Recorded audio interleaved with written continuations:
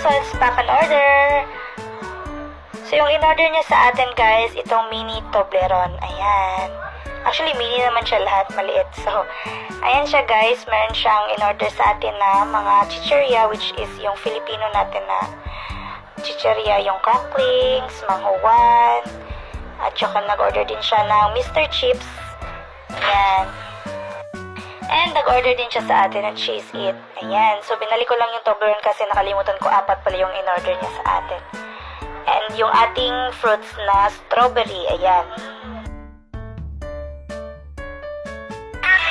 Ayan siya, guys. Yung strawberry natin. High quality din siya. Ayan. At nag-order din siya sa atin ng itong isang Yakult na color pink yung kanyang takip. And yung ating cake, ayan, isang cake lang yung in-order niya sa atin. And nag-order din siya sa atin ng 1 strip of sachet ng mga coffee, ganon. And ayun, nag-freebies ako sa kanya ng ating burger, guys. And yun na, ating